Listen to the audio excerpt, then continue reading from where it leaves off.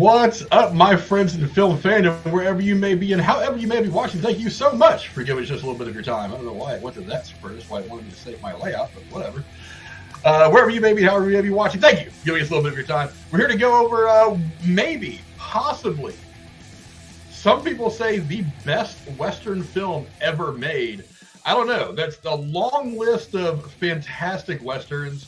I mean, I could name probably 10 or 15 right off the top of my head that could compete for the title of best ever, but this is one of the ones that people will have on their list. And I'm here with two of my good friends to talk about it with you guys today, starting with my hetero life mate, Jeremy. What's up, brother? Oh, howdy. I'm from the Midwest. I can't pull that off. Well, I'm Rick, and I'm here to talk about some Clint Eastwood. If it's a Western and you got Clint Eastwood in there, it's going to be a good time. Damn right. And ironically enough, the only person that is in the South right now, our good friend, the Shape from the Lone Star State, our man Tex. What's up, brother? You know, I'm going to go ahead and call dibs on bad. So which one of you is good and which one of you is ugly? We need to go ahead and decide this out now. I'll be the ugly. I mean, we all know. Just look at the screen. You can tell I'm the ugly one. It's okay. I'll go with it. I mean, as long as I have a place, I'm just happy to have a seat. Well, I mean, I'm the ugly one. That's fine. Well, like I said, there's three of us. You know, there's good, bad, ugly. You know, it is what it is. It's what you gonna do. Yeah, what's up, everybody? I'm here to prove why this is not the greatest Western of all time. Still a good one, but not the best. It's all good. Lady Cora could not make it tonight. She was a little busy, but she will be here with us hopefully for the next one that we do on Tuesday. But let's get right to it. The movie that we're here to talk about today is, like I said, some people consider this the greatest Western of all time. I don't know, but it's awfully damn good. And that is Unforgiven. Unforgiven is a 1992 American Western film starring, directed, and produced by the great Clint Eastwood, and written by David Webb Peoples. The film tells the story of William Munny, an aging outlaw and killer who takes on one more job years after he had turned to farming. The film co-stars Gene Hackman, Morgan Freeman, and Richard Harris. Unforgiven grossed over $159 million on a budget of $14.4 million and received widespread critical acclaim with praise for the acting, particularly Eastwood and Hackman, directing, editing, themes, and cinematography. The film won 4 Academy Awards, should have been 5, for Best Picture and Best Director for Clint Eastwood, Best Supporting Actor for Hackman, and Best Film Editing for Joel Cox. Eastwood was nominated for the Academy Award for Best Actor for his performance, but he lost to Al Pacino for His Scent of a Woman. I still think that was nonsense, but whatever. It's all in the past now. The film was the third Western to win Best Picture, following Cimarron in 1931 and Dances with Wolves just a couple years earlier in 1990. On review aggregator Rotten Tomatoes, they have an approval rating of 96% based on 109 reviews and an average rating of 8.8 out of 10. The website's critical consensus states, quote, as both director and star, Clint Eastwood strips away decades of Hollywood varnish applied to the Wild West and emerges with a series of harshly eloquent statements about the nature of violence. I think it sounds like it's a weird endorsement, but it actually makes sense because Hollywood, by its nature, for reasons, they tend to put a polish on every story because they want it to be presentable and look good because obviously they want to sell tickets and make money. But sometimes by doing that, you do eliminate some of the necessary dirt, the necessary grit that helps you keep the story that's being told in the proper perspective. This one doesn't do that, and I think that's really awesome. I'll go to you first, Tex. Quick thoughts on what you think of the movie, and then we'll get into the rundown for tonight. I thought it was the perfect way for Clint Eastwood to hang up his spurs, as it turn a phrase I'll use here, in the cowboy genre. I mean, obviously, he made a career off of the spaghetti westerns and going through everything that he did in that genre of film. This is the best way for him to end it. And, is it a great movie? That's debatable, but it is a very good Western, and I look forward to discussing it. So, how about you, Jeremy? Give us some quick thoughts on this before we dive into the spoilery stuff. Well, like Tex said, it's kind of reflective on Clint Eastwood himself. It's like he's I mean, even in 1992, he's still getting on in some years, and he's always been this, made into a myth, like all around badass, like grizzled old man who, shoots you as soon as look at you. You know what I mean? So it kind of, it kind of builds that mythos up about him. And it's him just trying to put it behind him, just try to have a farm with, his 2 kids, with his wife having passed. And, it's almost kind of like a Western of like John Wick. It's like he's got this past behind him, and then something's going to drag him back into it. And it's like he's a little older than John Wick, but it's like he's not exactly the sharpshooter he used to be. But it's got probably some, like I said, some symmetry with it. Like Tech said, him being in the 60s and 70s with the spaghetti westerns and whatnot. I guess you could even say Dirty Harry. It's like, it's fun, violent police stuff, but it's a fun movie. I don't know. It's a Western, and I didn't hate it. I mean, I'm surprised if we don't do another great 90s Western in Tombstone. I'd be really shocked if we didn't do that. That one's coming, I'm sure. It's coming. Is it bringing hell with it too? Hell's coming with it. Ah, gotcha. They win. Yeah, they win. Yeah, again, there's a lively debate to be had if this is the best Western film ever made. I mean, you can make a case for it. You can make a case for several other films ahead of it, and all those cases would be valid. Mm-hmm. But I think for sure you have to say this was one of the last, if not the last, great Western film. I mean, because the genre, by and large, has been dead for a while. We were talking just before we went live about the new Magnificent Seven with Denzel and Chris Pratt and all that. And that was a good movie.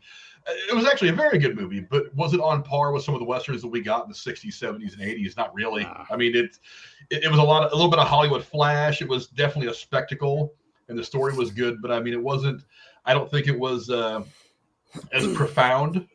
I don't think it was as cerebral as some of the better Westerns are, especially some of Clint Eastwood's earlier works, like in the 60s and stuff like that, the Sergio Leone stuff, the spaghetti Westerns. I don't know that it hits you in a different part of your brain the way that some of those movies did. You know what I mean? But we'll talk about it more as we go on. What are you about to say, Jeremy? I would say maybe the only, like you said, with the Magnificent Seven remake, I would say maybe the only other one that I really enjoy very thoroughly is Open Range from 2003 with Kevin Costner. I love that movie to death. Just as a movie and as a Western itself, like that's a very well done one. But otherwise, past this movie in years, nothing really comes to mind. So, you kind of hit that point on the head. Well, who's even trying to make Westerns anymore? Right. I mean, it's not just like the creatively they died. It's just like nobody made them anymore at all. The genre completely stopped. Kind of just. I think the last one would probably be Hateful Eight by Tarantino, right? Oh, yeah. The last big one, anyway. Yeah. Yeah, that was. I mean, it's shot in that really stylistic Tarantino kind of way of doing things, which I appreciate. I really enjoyed the movie. Don't get me wrong, but it is kind of maybe a little outlandish, a little over the top, a little more so than what that is Tarantino though. That is Tarantino style. But that is Tarantino style. Yeah, I don't know. The remake of 310 to Yuma with I think Christian Bale. Oh yeah, and Russell Crowe. That's a good one. Yeah, that was pretty good. But I don't know. Like I said, it's a hard debate to have. And they remade True Grit in like 2010 with Jeff Bridges. Yeah, Jeff Bridges. Yeah, that was good, but I mean, I don't think it holds a candle to the John Wayne stuff. It's not John Wayne. I know. Yeah. It's sometimes when you try to step in and take over a role from a specific actor, especially a guy like John Wayne, who was such a unique personality. But I mean, even the tone of his voice and stuff made him so unique. It's really hard to step into those boots, as it were. Yeah, it's not the same Rooster Cogburn, man. And try to walk the same trailer, ride the same horse. You know what I mean? You're always kind of, that's the tough part about remakes is especially if you're remaking something that's really beloved. It's really, really hard to add something to it that's a huge positive that gives it a different dimension or more depth or whatever it needs to be as loved as the original. It's really, really hard.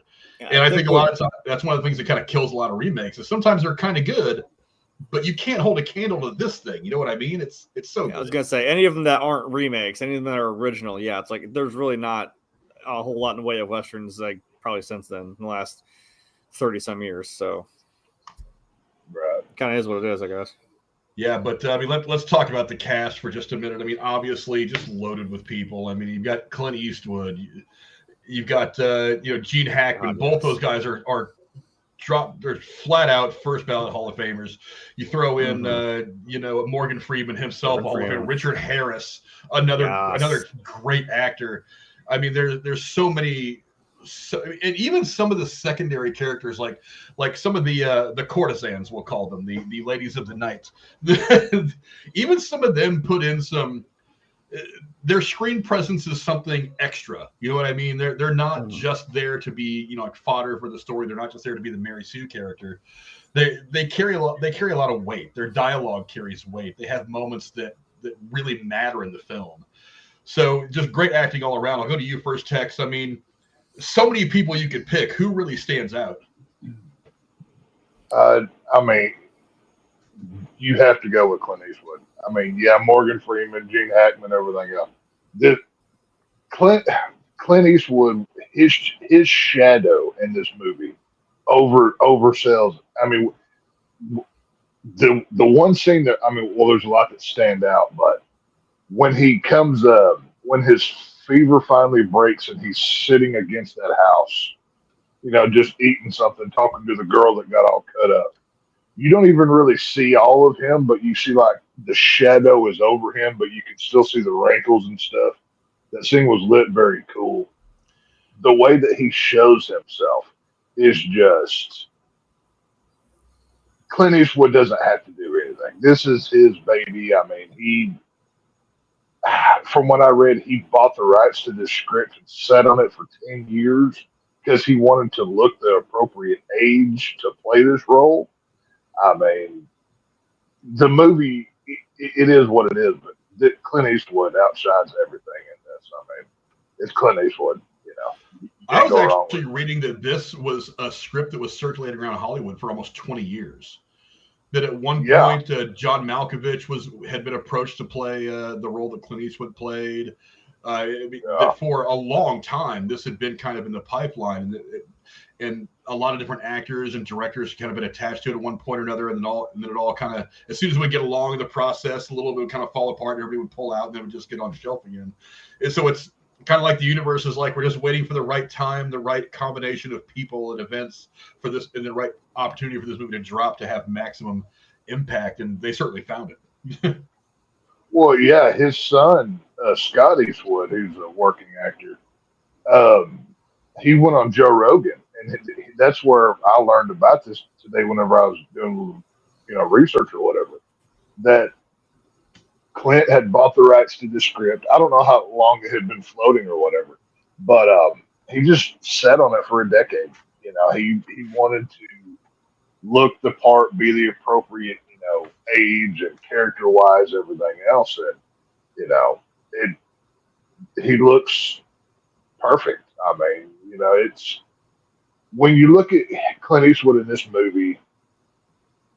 I don't know if y'all have ever seen what Old Man Logan looks like in the X-Men comic books. This is what. Yeah. If you I'm not just speaking to y'all, but audience in general. Look up Old Man Logan in the X-Men comic books and look at Clint Eastwood in this movie. Just if Clint Eastwood was a little more filled out with claws, this is what this guy looks like. It is, the perfect casting. Even the hat is the same. It was crazy. But yeah, no, this is Clint Eastwood's vehicle. Everybody else is secondary. Yeah, Jeremy, how about you? I mean, again, so many people in this. Who stands out to you, or was it just one of those moments where an ensemble cast comes together and just creates something amazing?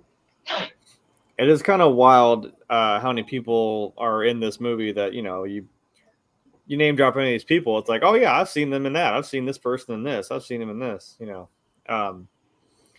Which is it's always nice, and it's nice when it all to quote the A-Team. I love when it all comes together. I could just cop out and say Clint Eastwood, but that's an easy given. It's the easy answer. Yeah. I mean, I would have at least like gone the opposite direction with like, or the person opposite him with Gene Hackman. Like, he plays a pretty despicable bad guy. It's like you're not quite sure first, like, he's kind of an asshole. Then, like, when he kicks Professor Dumbledore on the fucking ground a few times, you're like, oh, this guy's not playing. Okay, he's See, he's I thought that guy was John Malkovich. Whenever you first see him on the train, I thought that was John Malkovich. Like, he looks eerily similar to him. English Bob at that point. Yeah, English Bob. Yeah. No, it's Professor Dumbledore with no beard. It's just kind of weird. I'm like, well, ironically, like I said, though, one of my favorite Westerns, Open Range, does have the guy who plays Dumbledore after that guy passes away, so as the bad guy. So kind of ironic in that sense. I'm drawing a blank on his name, but you know what I'm talking about. Yeah. Also, wait a minute. There was also Django that came out. Also Tarantino. Django Unchained. Django. But again, they're kind of stylized. They're a little over the top. It's Tarantino. They're not subtle. Yeah, it's Tarantino style. And again, I won't knock it at all because he makes great movies. But straight up westerns, I don't know. News of the World with Tom Hanks was all right. Came out a few years ago. Ooh. That was actually a pretty decent movie. That was what, 20? When was that? 2020 maybe. It was. I don't know if it was before or after the pandemic, but yeah, I'm trying to think. Somewhere right around there, but yeah, 2020. I don't know that I ever saw it. I think it was one of the ones that he released straight to Apple TV, and I've only recently got Apple TV, so. That's free to watch on Amazon. Oh, is it on Prime? Amazon? Okay, I'll give Prime, it a watch. I saw it. I thought it was actually pretty good. I won't ruin it for you, but yeah.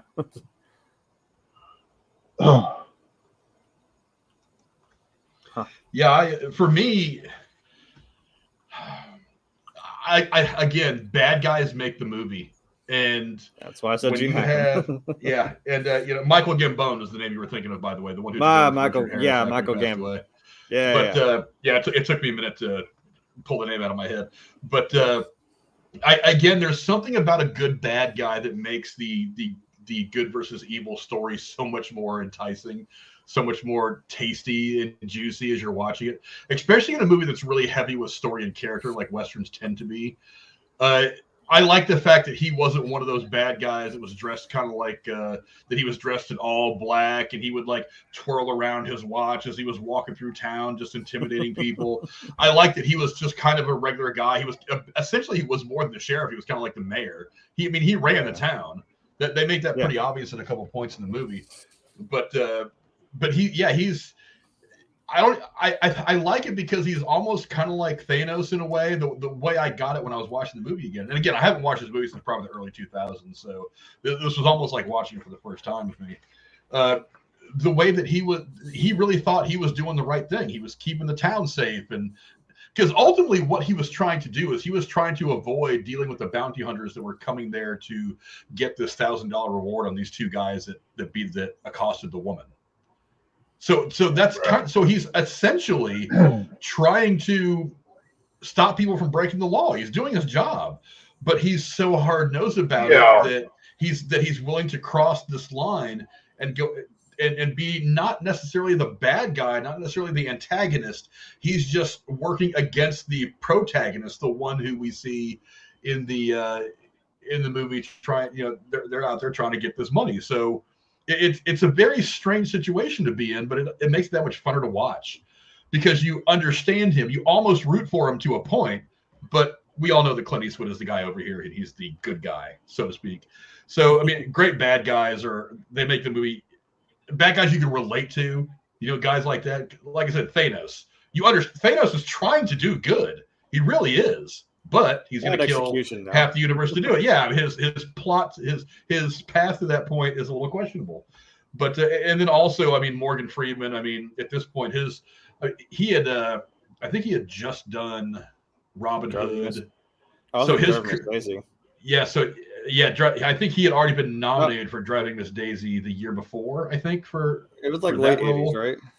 a couple years before. I don't know. So his name was really just starting to pop. So I mean, it was great to see him kind of in younger form. I hate what happens to his character. We'll talk about that a little later. But 1989 was Driving Miss Daisy. Yeah. Do y'all know? Do y'all know what happened to Morgan Freeman's hand in real life? I noticed in this movie it still seemed to be kind of active. That I think it's his right hand that doesn't function well or something. Like when you look at it, like in the Dark Knight movies, that he doesn't ever move that hand in the corresponding films. Something happened to it or something, I think. I do not know. Something happened when he was up in that prison in Maine, probably. Right. 2 years later. It was just because like the scene where he's laying up, in the rocks and they're trying to shoot the one guy that carved up the girl or whatever.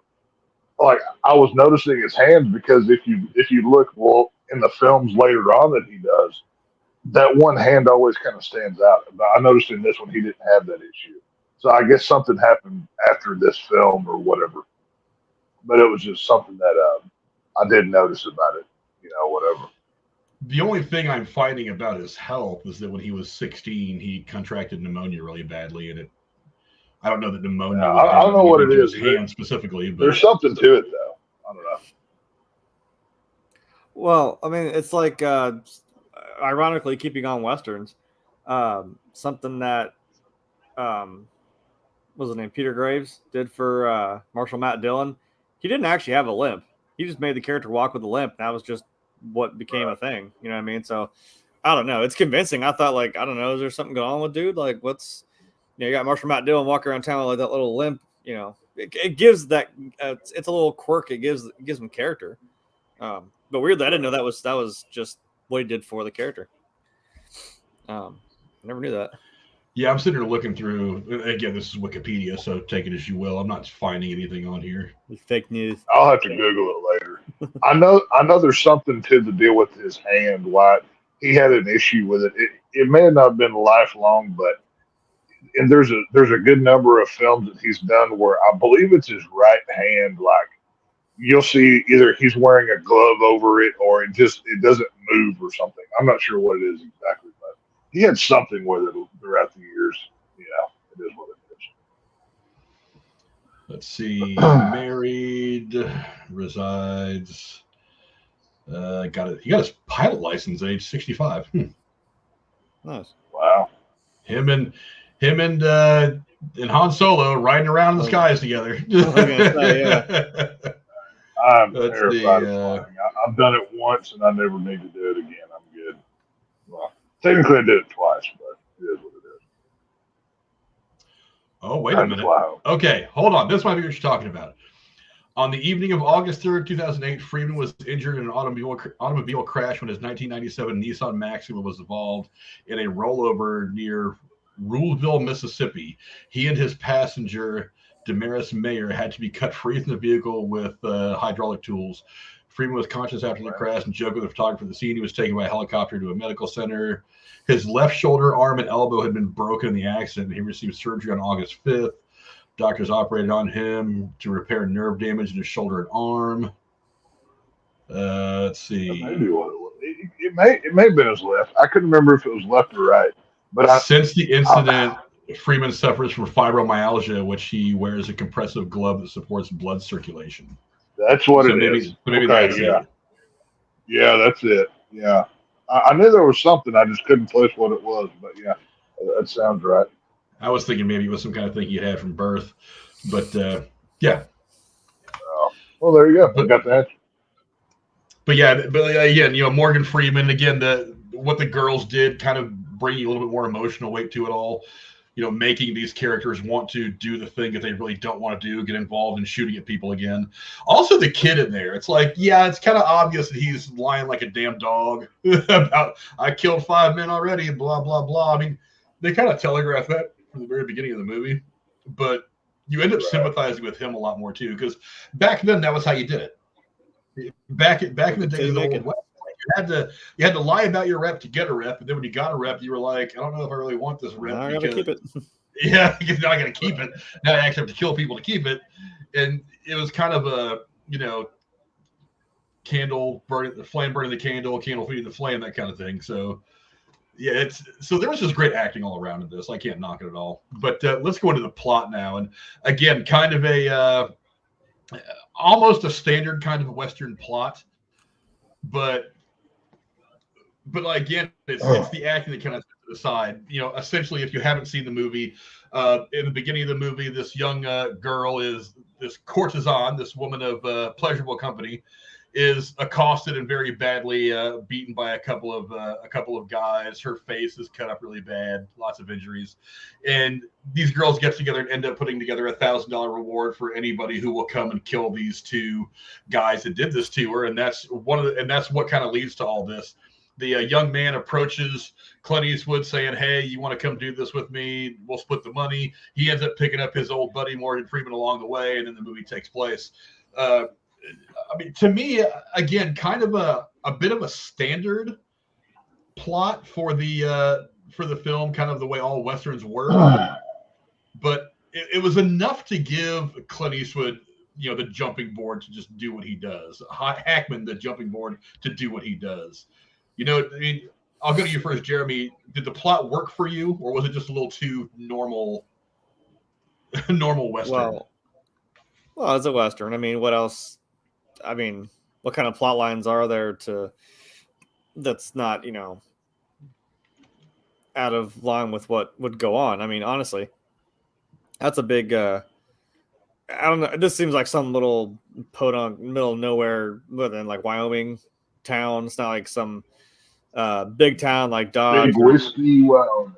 Yeah, it's not like some big town like Dodge or some shit like they said. Like he's been down in Texas, he's been down in Kansas. I'm like, yeah, right.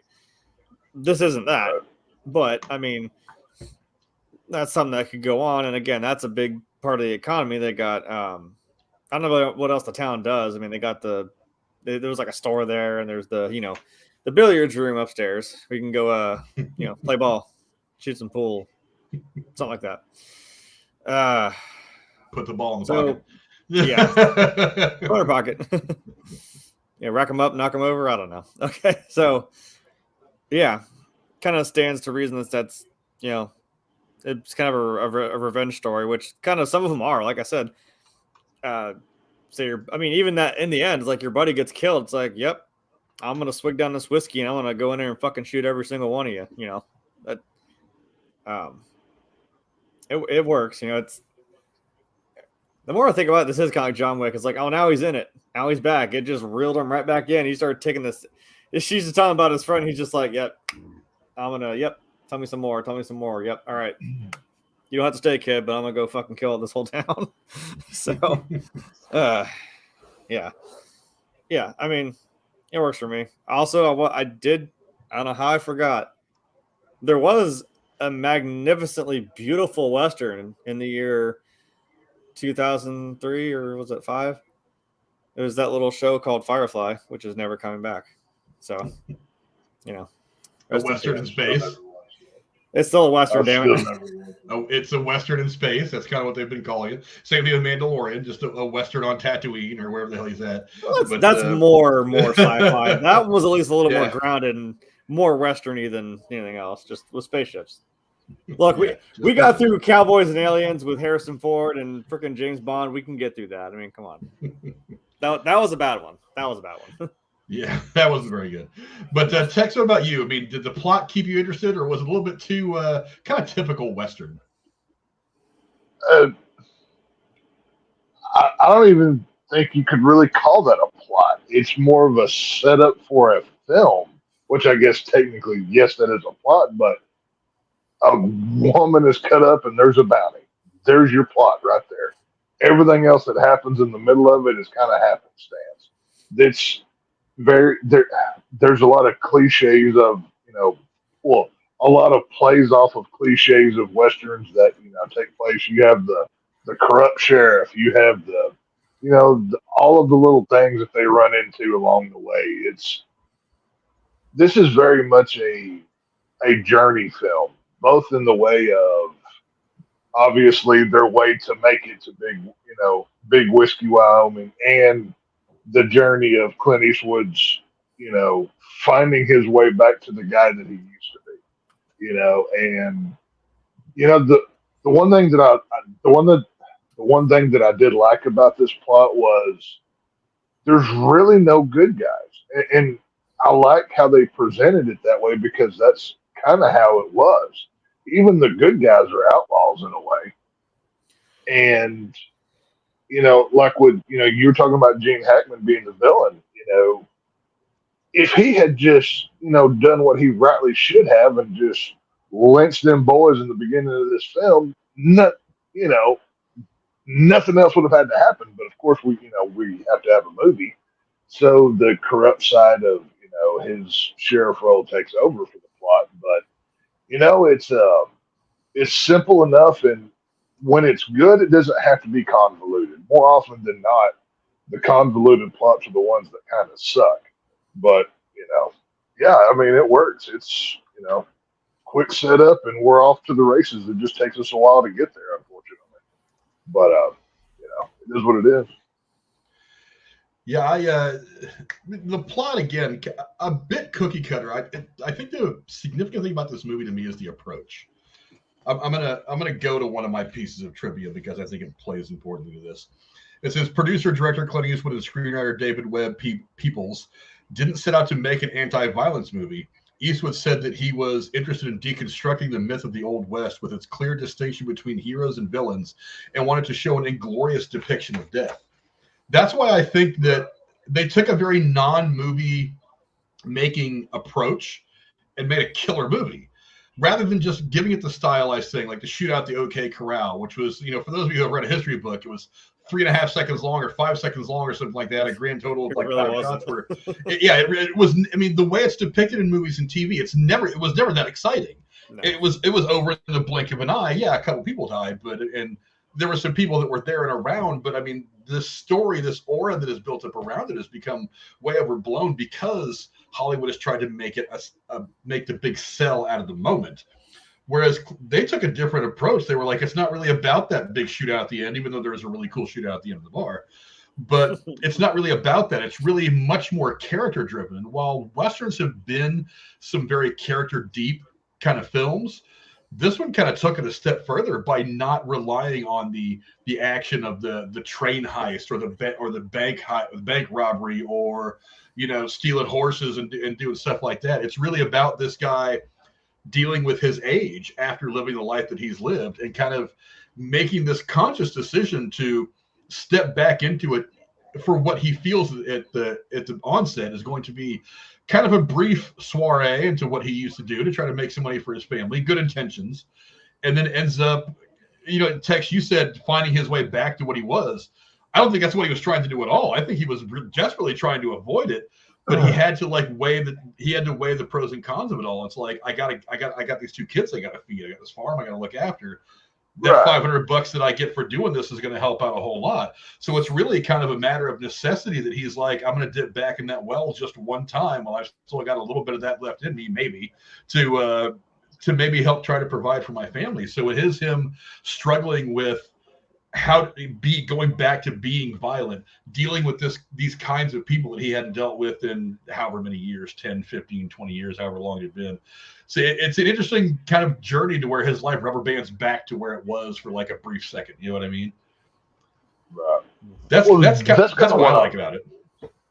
Well, that's kind of what I meant was, him finding who he used to be. He didn't want it, or he wasn't looking for the man that he was. He buried that whenever his wife came along.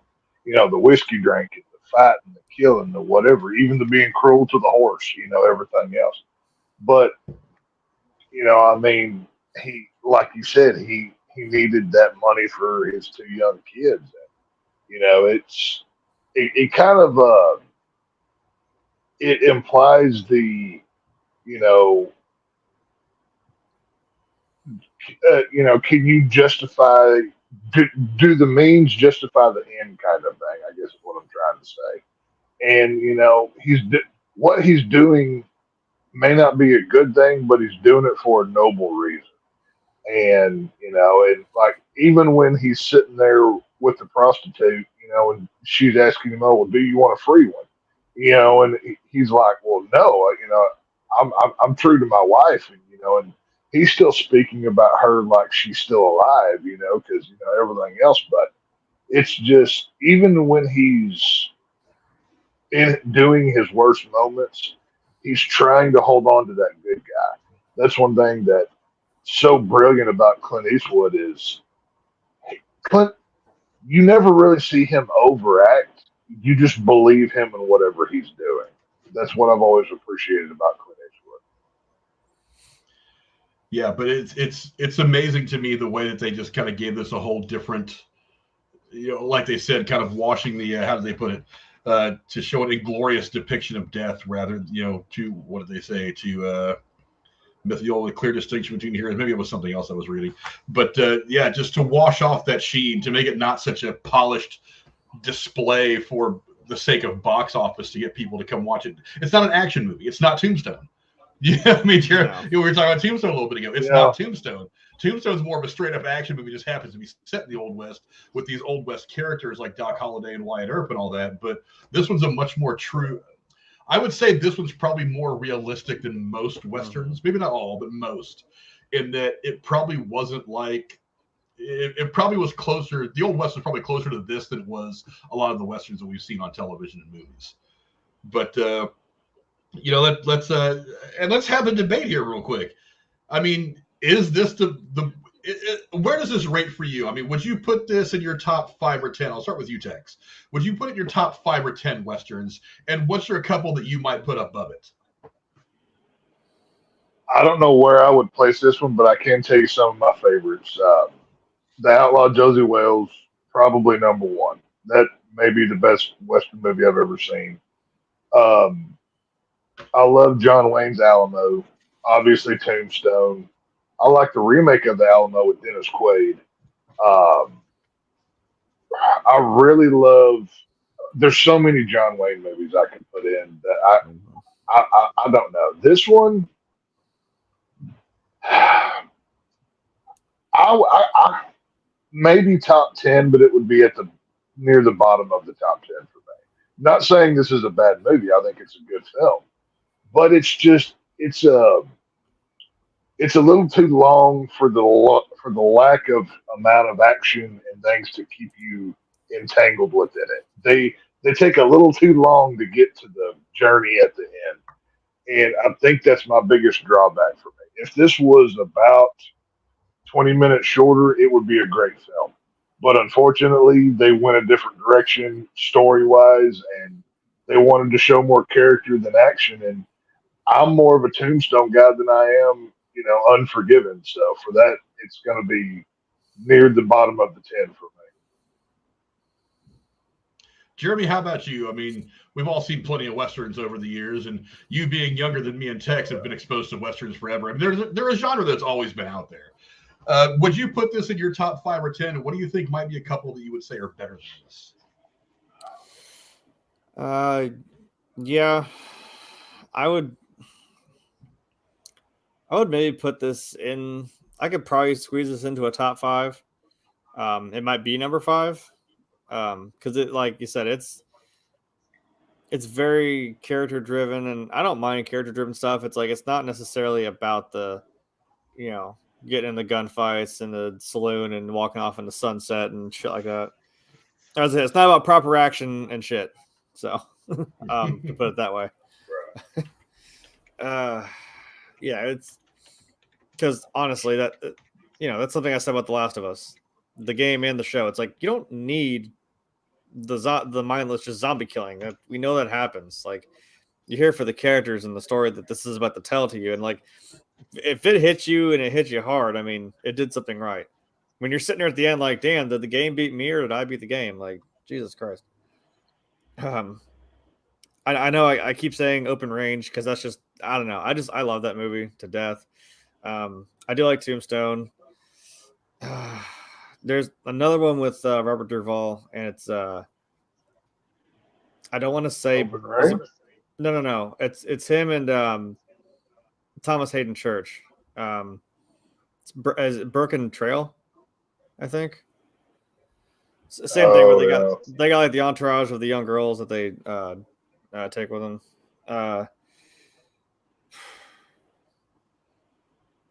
It seems with some of these remakes, it's hard to choose between like either one, like with 310 to Yuma or Magnificent Seven, and like Tex said, like any slew of John Wayne movies, like True Grit, Jesus, Hondo, Big Jake, Sons of Katie Elder. There's so goddamn many. And trust me, I grew up watching a lot of westerns too because my parents were into it, and like my dad was a huge John Wayne fan. So like I've seen my fair share. I've seen my fair share. So yeah, there's a lot to. What style of western do you prefer? Because like I said, I'm more of a Tombstone or like a Robert Rodriguez's Once Upon a Time in Mexico, Desperado kind of western fan. That's the western films that I like over the character-driven stuff. That can be fun, honestly. It is kind of fun. I don't consider the Robert Rodriguez stuff westerns. Really? You don't think those are westerns? I don't consider them westerns the way that I would consider this movie a western, the way that I would consider the Sons of Katie Elder a western. I think that Robert Rodriguez, like Quentin Tarantino, has this particular style. Yeah. So it's like Tarantino makes something like the Hateful Eight. It's a western. It's labeled a western, but the way he does it is, I don't want to call it cartoonish because I feel like it's insulting. It's a very different, very cinematic. It's not cartoonish. It's more exploitation. It's visual. It's very visual. Yeah. It's something that is designed to elicit this response like you're sitting in the theater, not elicit a response like you're actually sitting on the plains watching something happen in the Old West in the 1800s. It's very stylistic, I guess, is what I'm trying to say. Like it's very Yeah. Because to me, one of the things that makes the great Western is it's got to be a decent representation. Again, when you're making a movie or a TV show, I know you've got to add a little bit of flair to it in spots to make it watchable, because if it's not watchable, it's not going to be considered good. It's not going to be successful, and it's not going to make you money. I get it. But you have to try to stay as close to that as possible to me. It's like me and you have talked endlessly about how neither one of us consider Silence of the Lambs a horror movie. I consider it a dramatic thriller, but not a horror movie. It's like people say Jaws is a horror movie. I'm like, how? It's not really a horror movie. It's horrifying. I think Jaws is horror. Jaws terrified a nation. I think that's a horror film. I think Jaws probably fits the bill a little bit better than Silence of the Lambs, but that's what I'm saying. Is like it's like even like Tombstone. While I think it's a great movie, super entertaining, very exciting. It's not a true Western. It's a Western. It's more of a Western than I almost called it the Matador, El Mariachi and stuff like that, which I actually have El Mariachi in Spanish on DVD, by the way. But I like those Robert Rodriguez movies. And they're very good movies. He's a tremendous filmmaker, but his style kind of transcends the genre. It doesn't kind of live in because sometimes you have to stay in the box of what the genre is. And if you can operate in that box and still create a great story and great characters, and it works. But he kind of goes outside the box with so many different things, so many different, like the camera angles and stuff. It's like one of the things that's really cool about what Tarantino does is he will try to use some of those old filming methods. Like when you were watching, it was in the Kill Bill movie. I think specifically the first one. He had the sudden cuts, so where it's like you would have a scene and then the music would play and then the music would just stop and it would go to the next scene, kind of like bad editing from the 60s and 70s. He did that intentionally. He wanted it to have that feel, but that's him trying to paint a very specific brushstroke on the canvas instead of trying to make it feel like a Western or a Western theme, because it wasn't really a Western theme. It was it was him being this weird avant-garde kind of artist. So that to me kind of takes it away. So that's why I would consider this movie a better Western than Tombstone. Is Tombstone a funner movie to watch? Probably. I mean, gunfights are 5 seconds, and there's "Hell's coming with me," and all the you tell me I'm coming. Yeah, all the one-liners and quotes. I mean, I'm not gonna lie, when he says "I'm your Huckleberry" and then walks out of the shadows right there at Johnny Ringo, I'm like, oh yeah, that's my shit right there. Johnny Ringo. Michael Biehn as a god. You look like somebody just walked over your grave. Yeah, but but to me, it's like I feel like this movie is closer to what life was really like in the Old West. There's an authenticity that some movies have that others don't in the genre, and I think the ones that have that sense of authenticity are the ones that stand out to me as the better ones. So you go like Outlaw Josie Wales is probably a bit stylized for the time, but I think probably a better. I think that's the best Western ever made. And there's a valid argument for that too. Yeah, I mean, I love John Wayne. Don't get me wrong, but the Outlaw Josie Wales is. I could watch that today and still get chill bumps on my arm. Like that's one of those that level film is just incredible. That we'll never see that again. Like that era of film, it's just. And if you think about it, there was the way that viewers, what their tastes were, how what their specific desires as viewers were back in the day, especially in the 60s and 70s. You had Westerns were the king of cinema through the 60s and 70s. You had everybody making Westerns. So you had John Wayne doing all of his great, he put out 3 or 4 that were just absolute bangers. Clint Eastwood, God knows how many that are absolute bangers. Guys that weren't these guys. I mean, there were so many other good Westerns that were, Michael Landon, some of these guys. I mean, there were some really great Westerns that were made. So the market's been kind of flooded. So it's really, really hard to say because you're talking about 40 to 50 years of films that of Westerns, not to say nothing of all films, but of Westerns from the 40s all the way up through the 80s, because in the 90s is when the Westerns really kind of started to tail off. People just stopped making them. But I mean, so you're talking about 50 years of Westerns to go through to say what's best. That's why I say it's really hard to kind of nail down one as the best, because there's 30 that I could read you tell you off the top of my head that are in the mix. As far as breaking them down, 1, 2, 3, 4, I don't know. That's not an easy thing to do. That's just not an easy thing to do. Is this one of my favorites? Absolutely. Like I said, there's an authenticity here that a lot of movies just don't have. I like the fact that they concentrate a little bit more on him trying to avoid falling back into what he once was, because he doesn't want to dishonor his late wife. There was something about the way he portrays that aging man. I mean, Christ, when he made this movie, he was 62. Probably 60. Yeah, 62. Yeah. Now he's 102. Right. he's almost twice that age now. I was thinking about that. I was like, wait, how old was he when he made this movie? Holy shit. And I'm like, damn, you are still out here doing this shit. So you know what? Kudos to him. Because I was wondering, I'm like, yeah, you're getting up there. And it's like, that's why it's more convincing, because it's, he is that aging, kind of like, like I said, that gruff old man, like that badass who, whips out a 44 Magnum, take your head clean right off. Shit like that. Go ahead, make my day. Make my day. I would love to see another really good Western made. It's a really great character study. That obviously it needs to have a couple of cool shootouts and gunfights in it that were accurate for the time. And I would love to see him make a cameo as like just that old guy who's sitting on his rocking chair. The guy's seen the West change. The guy's seen the gold rush. The guy's seen fights with between the settlers and the Native Americans, and he's seen the history of the country unfold before his eyes, and he's just like, I've seen so fucking much, I don't need to leave my house again. And he's the guy that you go to for that little bit of wisdom at a couple points in the movies where you desperately need it, and he's the only one that has it. I would love to see him do a cameo in a Western, just one more, to see him in the hat and like maybe some old stirrups again. You know what I mean? Yeah, just the little poncho over his shoulder. Yeah. I was gonna, as a joke, I was gonna mention Red Dead Redemption, the video game, like 1 or 2, doesn't matter. Hold on. Well, no, because I was gonna say I know who he could play then as that character you were just talking about. So I'm like, I think I know where I would place him if that was to happen, because that would be fucking phenomenal. You want to talk about again? I'm surprised good that characters. Made into something yet. I'm saying if you did. I know who he'd be. I've seen fan castings, and I know it'd be. Ooh.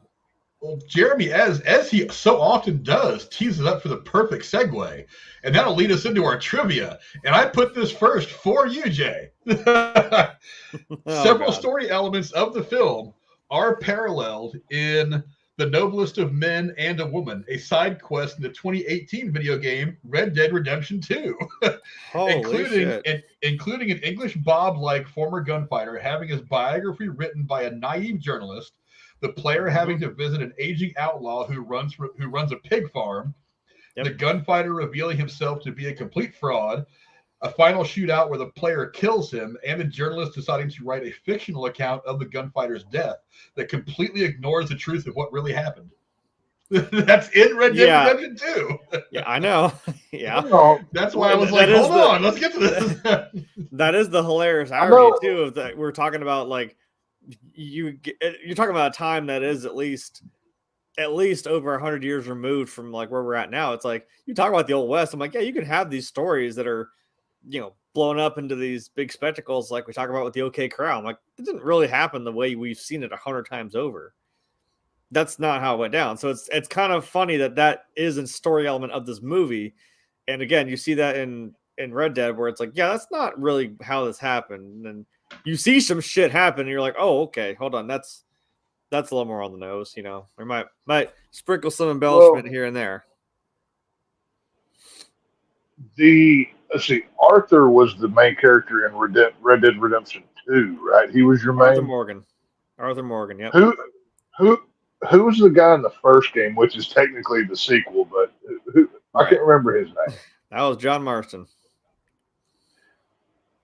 Who, by the way, I have his autograph on my game. Isn't the Clint Eastwood character from this one very similar to his story? I can't remember all the plot details. Well, I was going to say that is kind of the story of Red Dead Redemption. Is this actually takes place? 2 is the prequel. Takes place around like 1899. So you're talking. This is now about to be turn of a new century, and it's like this. They've even talking about like this life we've had. This is kind of going by the wayside. This isn't the same anymore. We don't have the same world. Right. The so-called modern world is starting to catch up more with these guys that, they run around in this old West gang that go and rob places and they do stuff. They still have a weird, not Robin Hood quality to them, but they're kind of that, they got some rules and, some class, but, it's that same, it's like, it's that same, like now it's being left in, in the previous century, I guess, so to speak. And they're having to, come to terms with that shit. That's gotta be fucking rough if that's your whole life. I know because Drew over on the Derailed Gaming channel, he did both he went through Red Dead Redemption 2 and then he went back and did the remake of 1. I know in 2, like when you're in the early missions, like Arthur's in, like when he's in his gang or whatever, and he's talking about all of the changing. Oh, we're the last of the outlaws and the whatever. Yeah. But I think it's in Red Dead Redemption 1. There's a scene in the train where they're talking about these flying machines, blah blah blah, or something. Yeah, I was gonna say that's the first game. I'm pretty sure 1 takes place, I think, around. Oh God, I want to say like 1911. Because I'm trying to remember Undead Nightmare, because I'm like, obviously, if you don't know, spoiler alert, John dies. So does Arthur. It sucks. Arthur dies violently. He gets bad. So does John. You walk out of your fucking barn, and there's like 30 U.S. agents all standing there, and they all just fucking tear you to Swiss cheese, man.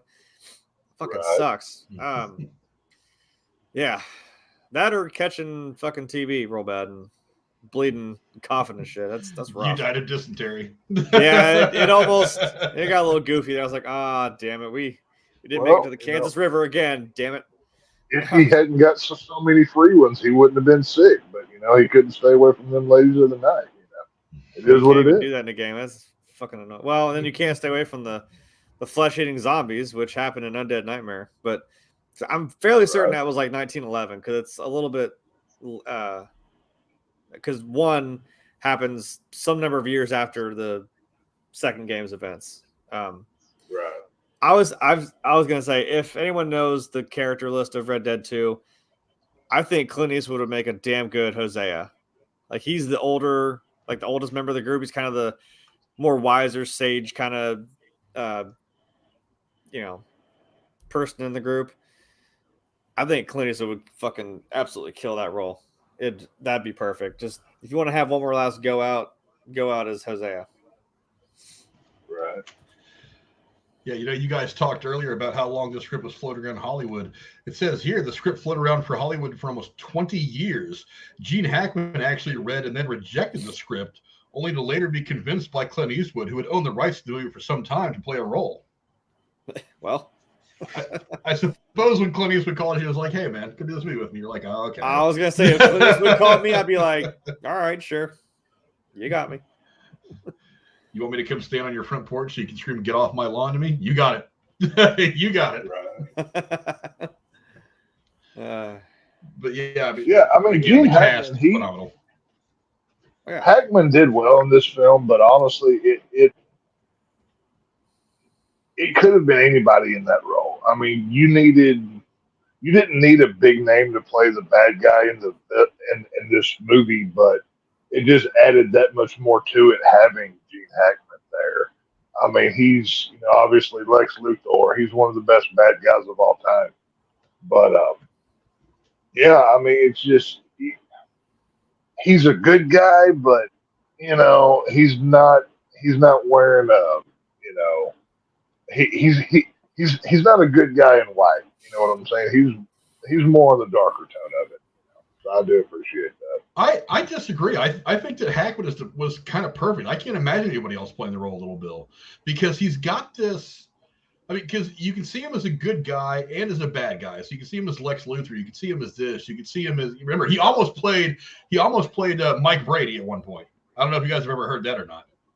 He was actually going to be Mike Brady in the Brady Bunch, and then for whatever reason, I forget why, ended up not doing it. And that's how we got Mike Reed, and then we got the Brady Bunch, and then whatever. So he was very nearly Mr. Brady. Right. So I could not imagine him in the Brady Bunch. I've seen him as good guys and as bad guys, and he has this strange presence about him that is pretty unique amongst actors. I mean, even the high end, like elite actors, like the really good ones. He's got something about him. He carries himself. He delivers dialogue differently. I mean, because like one of the pieces of trivia that I left out of here is that John Malkovich at one point was offered the role of Munny, the role that Clint Eastwood would play. And Malkovich was quoted as saying years after this movie came out, he's like, "I am so glad that I didn't play that role." He's like, "There's no way I would have done it this good. I would have sucked ass. This movie would have sucked ass. This was Clint Eastwood's movie to play at that time." And this is John Malkovich, who himself, I think, is one of the great actors of a generation. So I don't think it's always that easy. Because look, there's lots of great actors that could have played Tony Stark. Do you think Marvel would be what it was right now if they'd gotten anybody other than Robert Downey Jr.? And I don't even know that he's necessarily one of the great actors of all time. I mean, he's very, very good. But I mean, sometimes you just get the right guy for the right role, and there's something subtle about his bad guy. He doesn't really get bent out of shape, except for when he's beating, fucking Bingo Bob, or whatever the hell his name is, English Bob's ass. He's Right. even when he's beating these guys up, there's this very calm nature about him. He's not like going off the deep end and like rage beating these guys. He does everything with purpose. There's a subtlety to his character that I think he delivers that a lot of people can't. I mean, yeah, he's the sheriff of the town. He's the head honcho. But he also has like this warlord side to him. Nobody else in the town can be armed. Guns are not allowed. Ordinances have been put in place. Anybody that comes into town, God help you if you've got a pistol, because we're going to stomp a mud hole in you and walk it dry, just to make an example. You know what? I mean, like I said at the beginning of the film, when them boys go in there and cut that girl up because she left it as small pecker, which I thought was hilarious, by the way. She did too.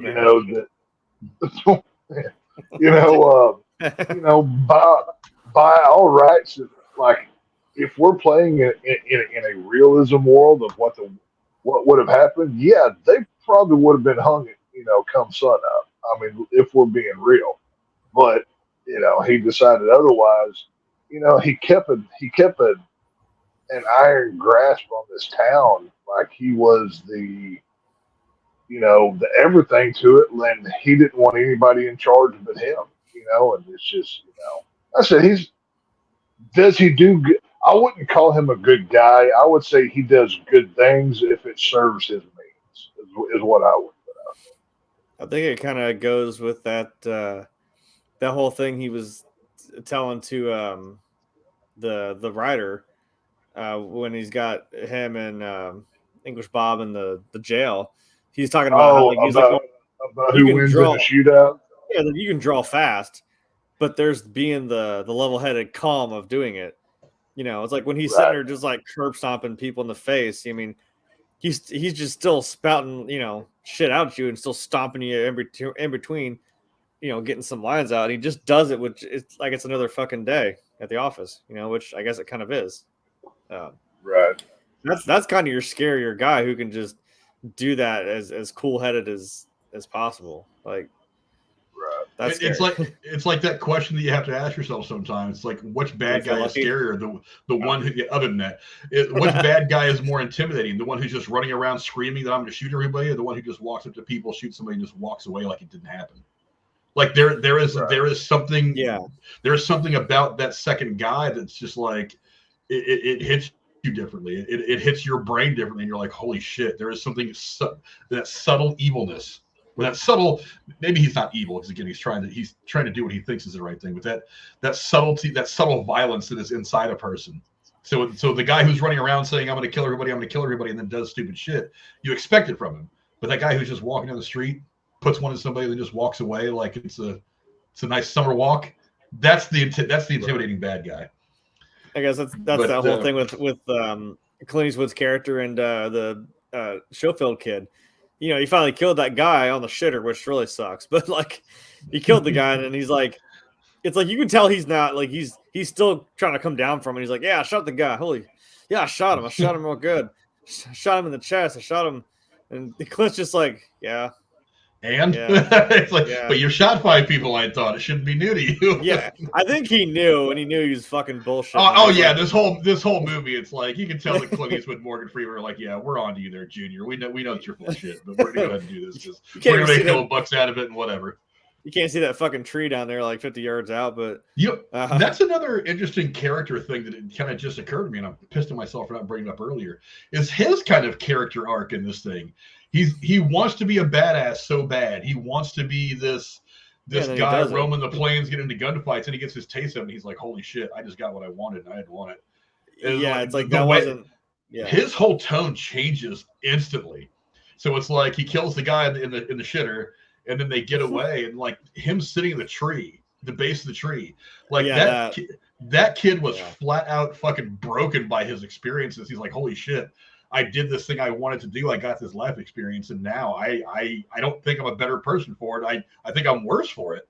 Yeah, so once you let that sink in, and that's I think that's also like, I think Clint was way past like, oh, I know he was fucking lying, but he's like this could either go one of two ways, and it's like I think he knew it was like this isn't for this kid here. It's like he's not going to be okay, and that's why I like that he tells him he's already sipping on the whiskey, but he's like, like, hey, take another drink, kid. Like, he's like, I understand because I've been there. And he's like, he went a different way with it, obviously, but he's like, this kid, he's like, kind of was offering him an out, like, you don't have to do this, like, now that you have done it, you don't have to, finish this thing with me, man. Like, you can just go. He's like, you can just go, and we'll just, never talk about this again.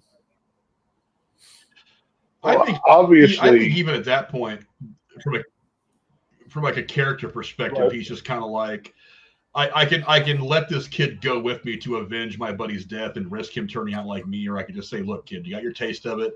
You don't want it. Why don't you go ahead and and just go away now before you turn into what I turned into. Go on, live some kind of a life, and I'll take care of it. I'll deal with my shit myself.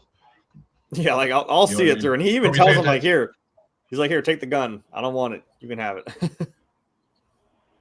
Well, yeah, you got to switch Schofield out of it. Those, yeah. when it comes to Clint Eastwood, how he handled that kid in this film. I mean, go back and watch the early seasons of Walking Dead, and look at how Herschel handled like Rick and Carl. Very similar. Like Herschel was the the the grandfather of the group. He was the elder statesman. He was the one that kind of tried to keep everybody like, hey, we don't have to turn into savages. We don't have to do these things. Even though Herschel was, helping plan, when they're fighting the governor or they're having to do terrible things, he was always tried to be the voice of reason. And especially after this, the kid in this movie pops off and kills the guy in the crapper and does, his whole thing. I very much got Herschel vibes at this point in the film of like, we're living in a situation that's not good. We know we're going to have to make some bad choices and some hard choices, but we don't want to lose ourselves. Like in that moment where he tells him, just take a drink of whiskey, whatever.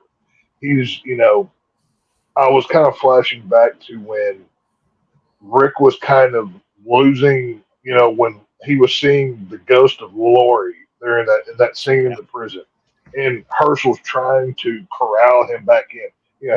He knows Rick is gone for that moment, but he's trying to draw him back, and that's what he was doing with that. Just drink the whiskey, kid. Just drink the whiskey, and it was, and it's a time of chaos, and Clint, like I said, Clint Eastwood was the elder statesman here trying to save this kid's sanity. I mean, he's got blood on his hands, so he's got to deal with it. You know what I mean? It's kind of like that scene where they like Rick's already wandered outside the prison now. Like Herschel sees him, remember, across the yard, and he goes down there to talk to him, and he's like, "Hey, look, man, I wouldn't have hobbled all the way down here if it wasn't important." He's like, "Look, shit's hitting the fan, dude. Like, you got to come back. Right. Like, we still need you." And he's like, "Yeah, like I still got stuff out here, I need to do." And I mean, it's what he says. He says like, "Well, how much time do you need?" He's like, he understands. Like, look, get yourself right, And hell, even when he thought he heard Lori, he heard Jim, Jackie, Amy, he heard them all on the phone. He's like, "Well, do you mind if I sit with you? Like, you want me to just chill with you for a minute?" And he it's like, as crazy as that may sound to somebody, he's like, I know these people are dead, but he's like, I'll hear you out. Like, just tell me what the hell's going on. Like, well, so that's always nice. It's Clint Eastwood in this film. I mean, he talks about seeing ghosts. He saw his dead wife. He saw the face of death. He saw all of these things.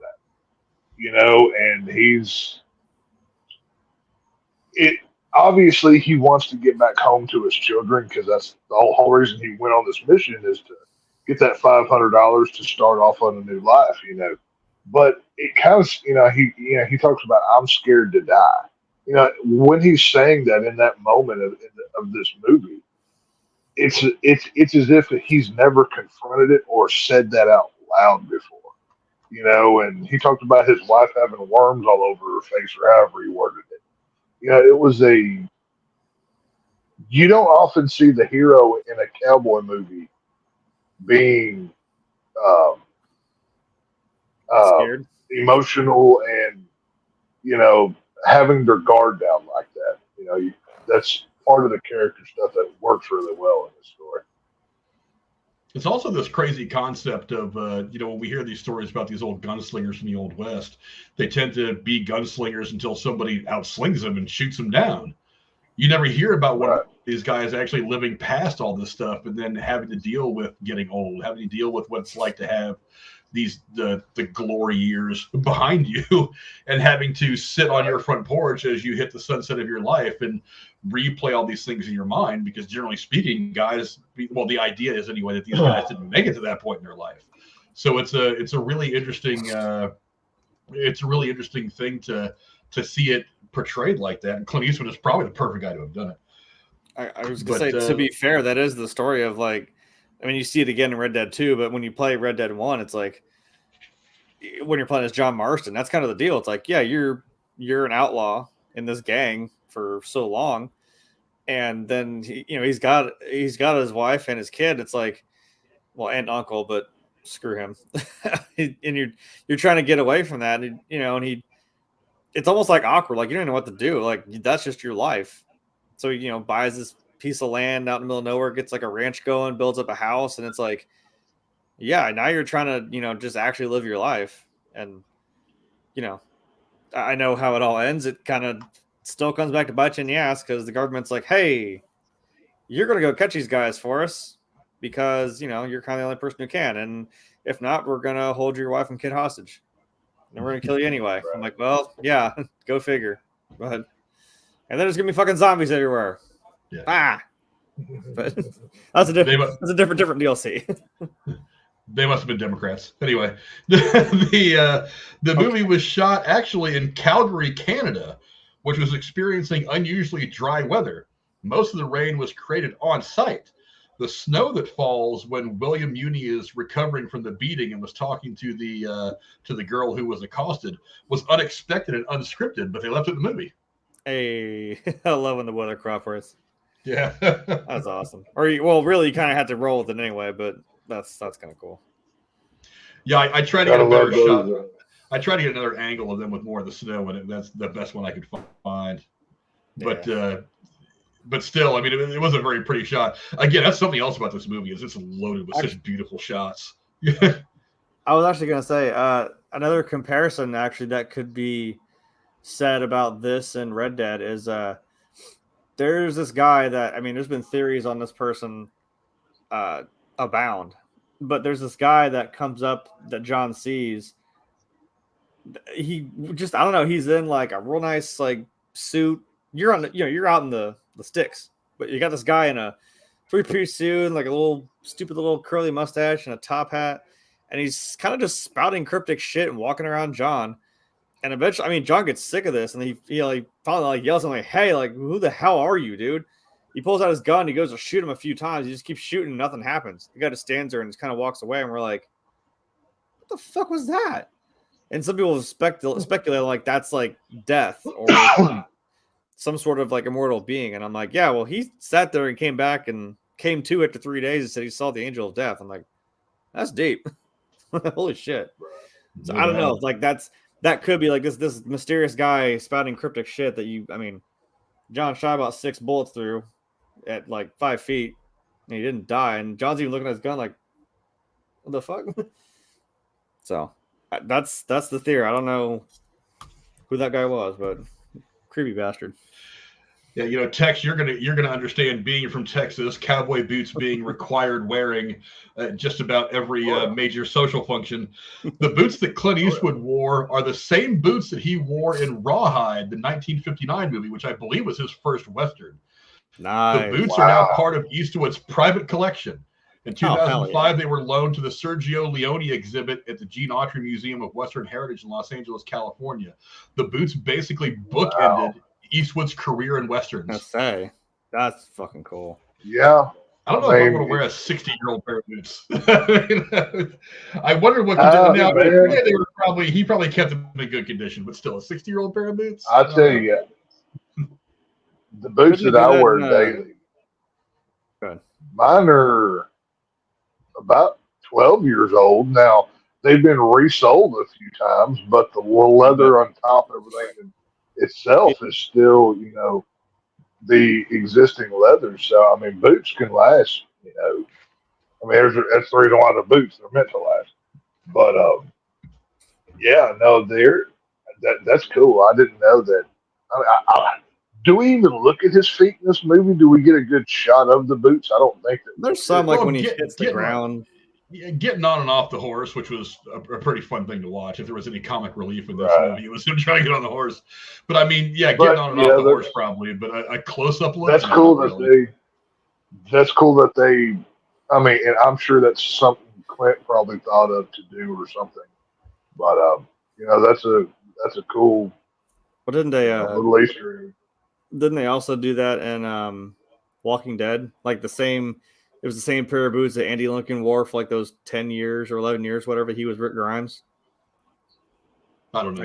It was the same boots and it was the same gun belt that he wore from the very first scene. I was going to say, from the very first scene when he's in the shootout with the people in the car wreck. He wears the same gun belt throughout all that. But Yeah, it's like the same booth. I forgot what the gun belt, that he's had. yeah. Maybe the hat too that he had, then he gave to Carl. Might have been the same too. Carl wears it, and then right Judith. before he dies, he gives it to Judith, and then she Yeah. wears it all the way through the final season of the main show. Yeah. So it's a thing. Yeah, I'm sure he took care of those boots. He's got plenty of money. I'm sure somebody was oiling those boots up and keeping them nice and wearable for a while. But Albus Dumbledore himself, before he was eating earwax, Bernie Potts every flavored beans, he was actually sitting at home watching, of all movies, High Plains Drifter, the 1973 film, on television when he got the call from Clint Eastwood offering him the part of English Bob. There you go. That's serendipitous. I didn't know he was Dumbledore. I didn't even think about him as the original Dumbledore. That didn't even not even a thought. Well, this movie came out, 18 years before Harry Potter? No, this was 92. That came out in like 2000 or 2001 or some shit. So Okay. You're like 8 years. I feel like Harry Potter was a little more recent, but that sounds about right.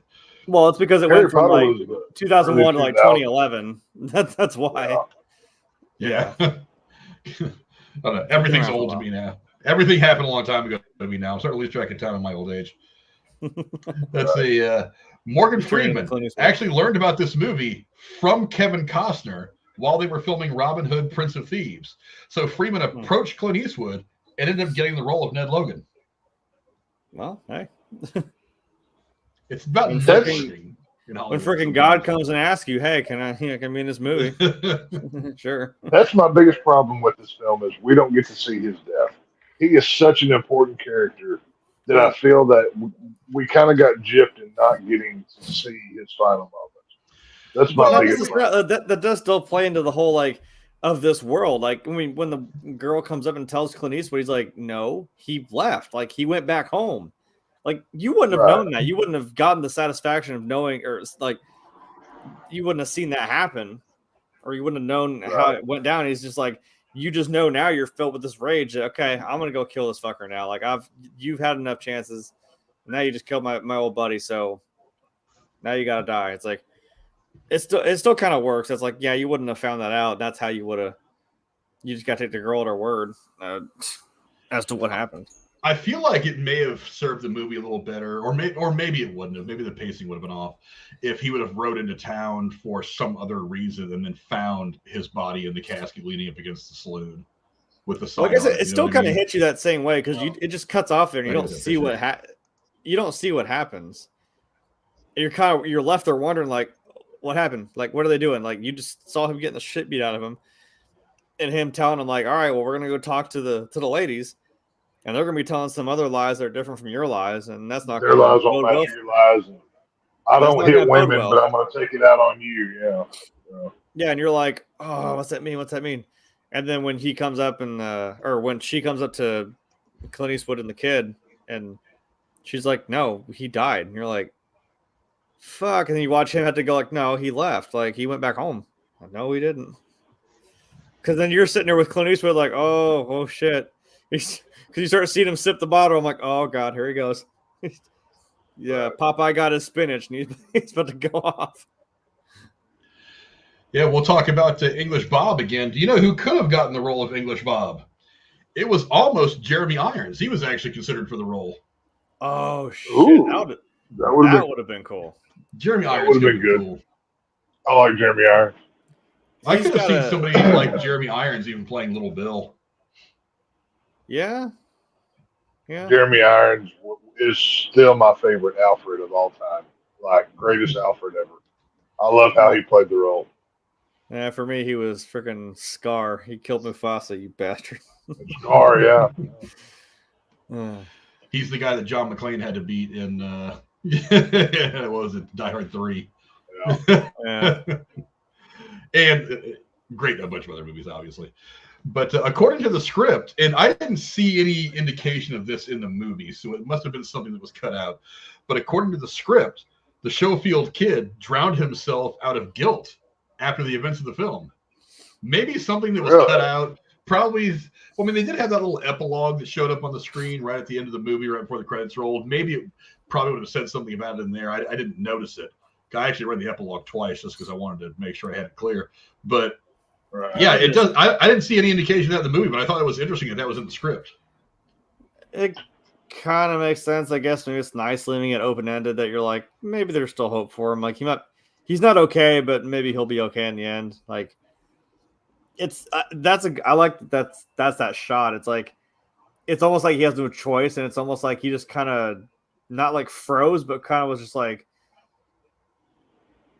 he kind of just disassociated for a second, and then just shot this guy like 3 times, and then was like, "Oh, okay, now we need to leave."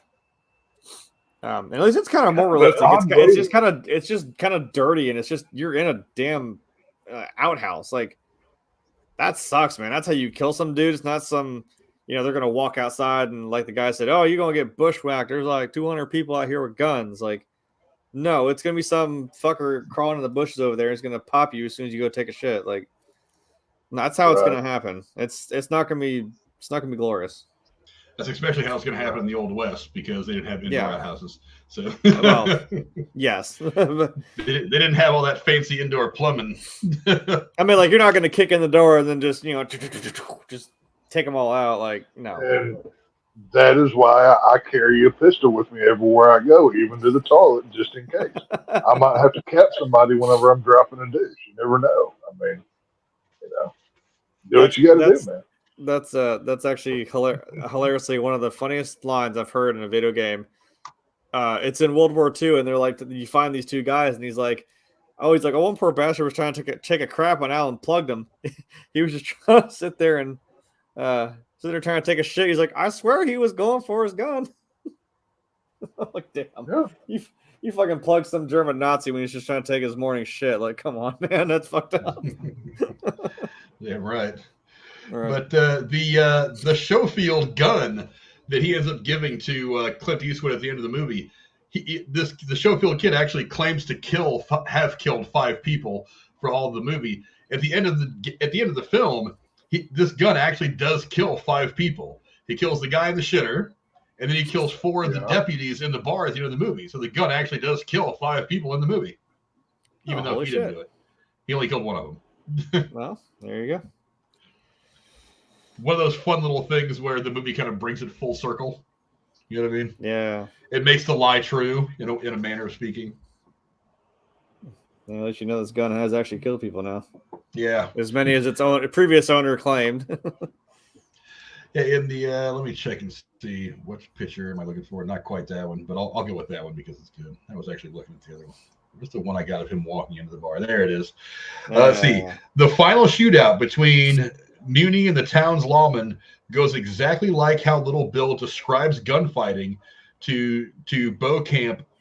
Little Bill and his deputies fire 6 shots, but they're all in a hurry or panicking and miss, while Munny, on the other hand, keeps his cool and hits every shot he takes.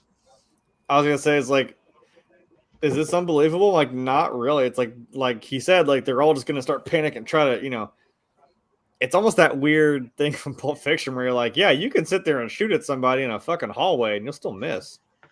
It's like, it's weird, but that shit happens. Yeah. Right. He just sat there, just kind of knelt down and boom, boom, boom, boom, killed them all. Like nothing. So.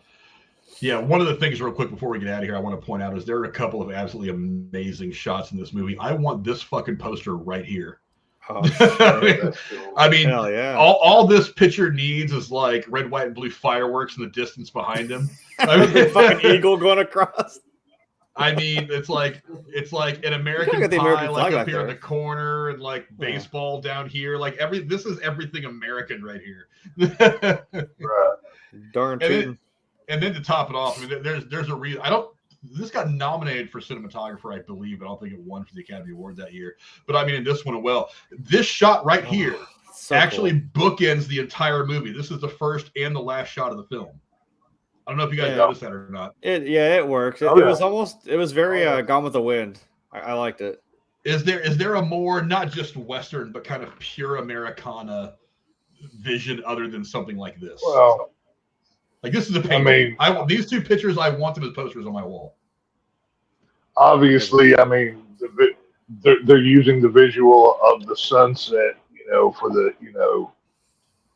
symbolism that it stands within. I mean, it works perfectly here. I mean,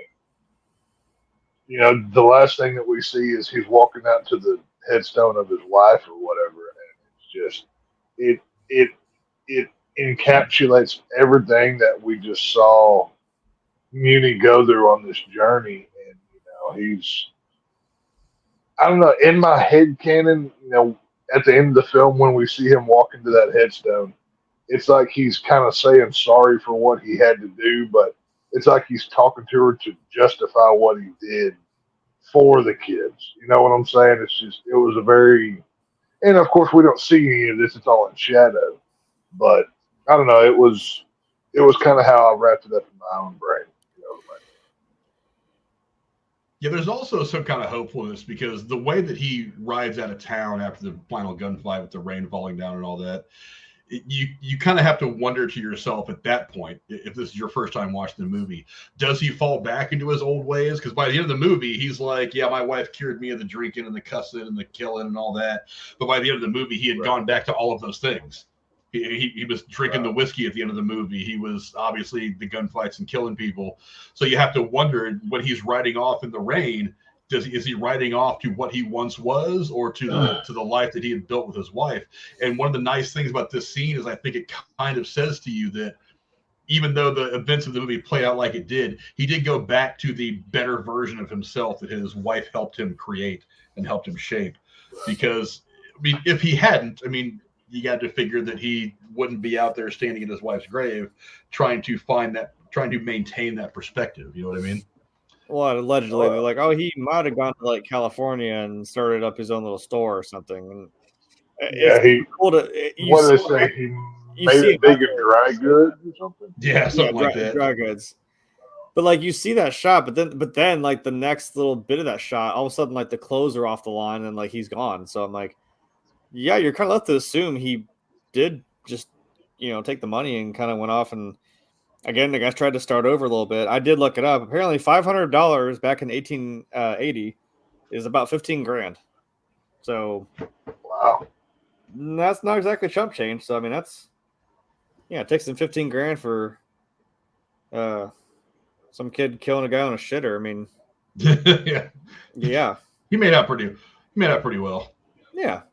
Why not?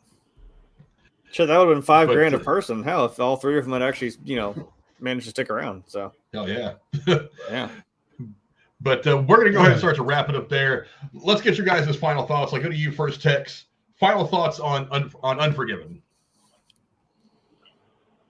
I thought it was the perfect way for Clint Eastwood to wrap his Western era of film that he was a part of.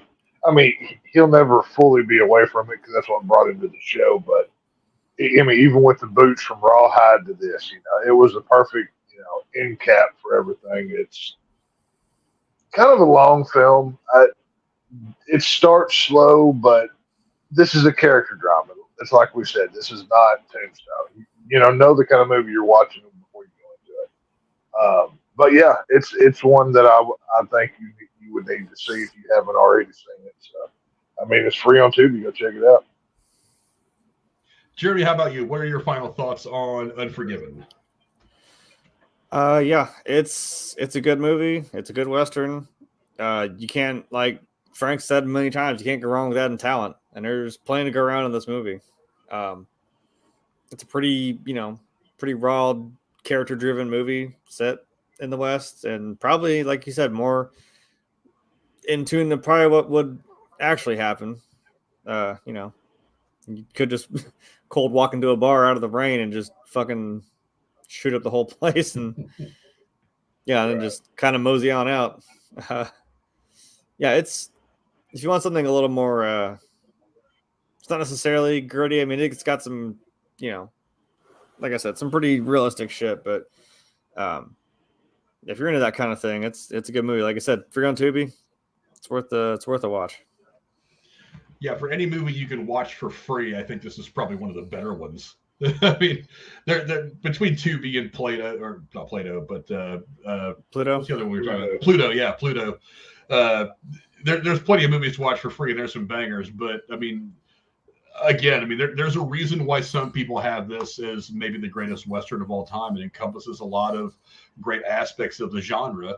You've got one of the great Western actors of all time, maybe the last living great Western actor, because of all the guys from that golden era of Westerns from the 40s all the way up through into the 80s. I don't know anybody that's left. I mean, Eastwood himself is what, 94 or something like that. I mean, he's been around a minute. So so maybe the last great Western actor that's even still living today. You can't go wrong with it. And then of course you have Gene Hackman, who's an absolute beast. You've got Morgan Freeman, who's a beast. And really just a lot of great character driven stuff. It's a different Western. It's a different approach to the genre that I think is well worth the watch. And like I said, it's in most people's, Tex doesn't even think it's the best Western, but he puts it in his top 10. But when you think about it, if you're in the top 10 of all Westerns, that's still pretty high. That's saying something. That's pretty high company. I mean, that's like being the fourth guy inducted to the Hall of Fame. It's like, you're still in the Hall of Fame. It's like, you weren't the first, but you were the fourth. You're still there. That means a lot. That means something. But again, it's free to watch on Tubi. I don't think it's leaving Tubi anytime soon. I didn't notice anyway.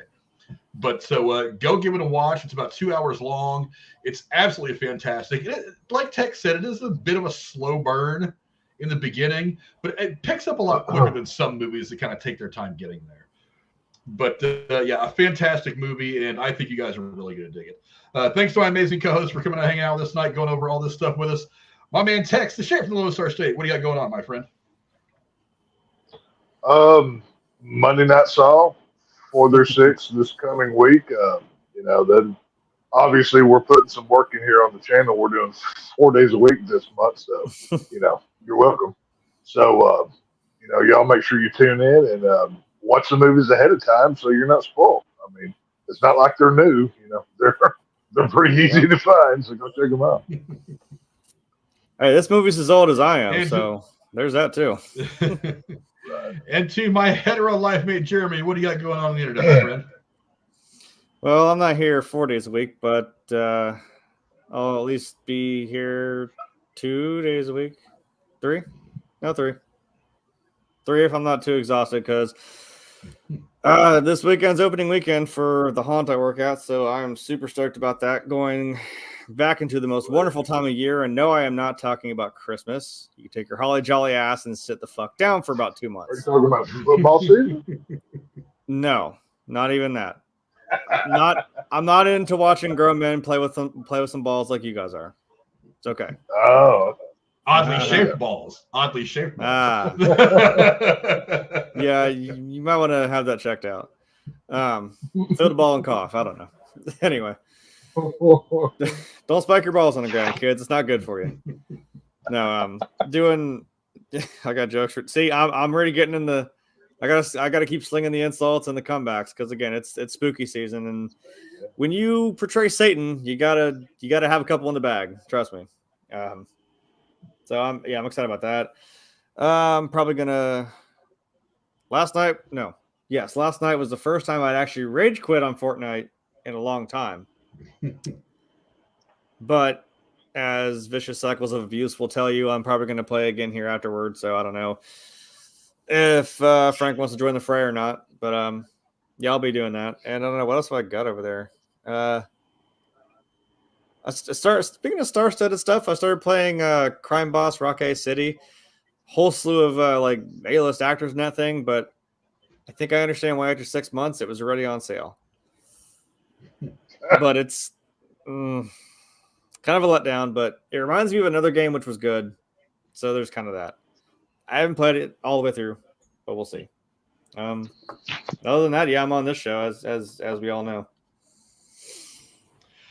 As for me, the next time you're going to see me on here will be Tuesday. Don't forget Monday. We've got Monday Night Saw. I'm sorry, I don't have a thumbnail yet for that, but they will be here. Don't fret. They will be here to talk about more of the scary stuff. As far as next time you'll see me on Tuesday as we break down a movie that's got two of the most gorgeous men to ever grace a screen in the decade of the 90s. We're going to be God. talking about the classic Point yes. Break, friends. Look at those two men. That right there is just sexy at every angle. There's no way in hell, there's no plastic surgery that can make me as attractive as those men right there on the screen right now. We're going to break down Point Break, the absolute fantastic movie that everybody says has been ripped off in every action movie since then. But, the reality is, robbing banks, surfing, it's in a lot of movies. They just haven't been done together at the same time.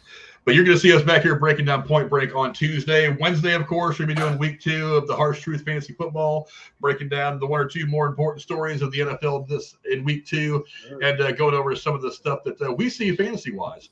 And then next Thursday, what do we do next Thursday? Next Thursday is going to be Reservoir Dogs. We're going into the after that, we're going into the Tarantino bits of the 90s.